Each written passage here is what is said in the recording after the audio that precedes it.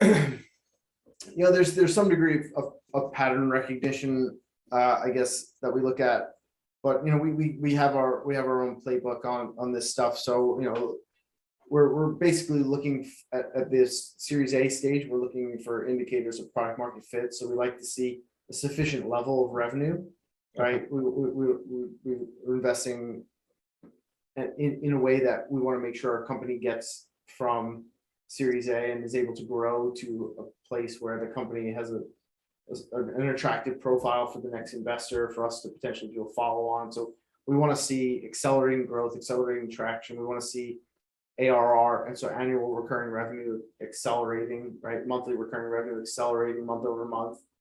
And we want to see the product being pulled out of the company and them having to hustle to keep up with demand and not having too long sales cycles and taking a really long time to convert leads to customers.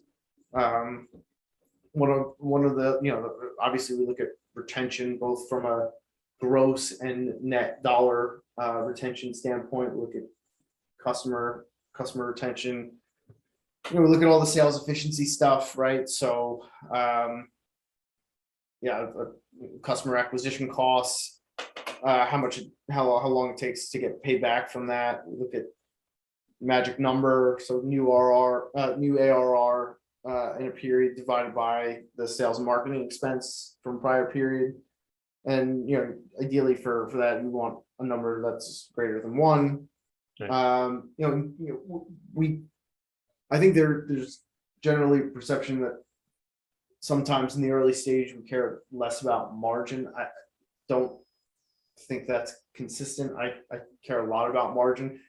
I think it's okay if the current state of the business, the margin is not where you want it to be, but I think you want to understand that as the business scales, the margins get to a place where the business will become sustainable, profitable, and generate free cash flow. I feel like that should be not overly controversial, but maybe isn't. Maybe more so now, but maybe over the last few years was not as much at the forefront of what was on folks' mind. So yeah, margins important. One, we want to make sure there's capital efficiency, and we love to see engagement in the product themselves. So we always talk to customers when we look at investments. We want to hear what they're doing with the product, how they're using, how often are they using it. Is it daily? Is it monthly? Is it like core to a workflow, or is it somewhat adjacent to what someone is doing in their daily life and their daily tasks? So it's kind of that playbook that we kind of try and fit every company that we look into and try and evaluate them based on what we see as attractive in those different categories.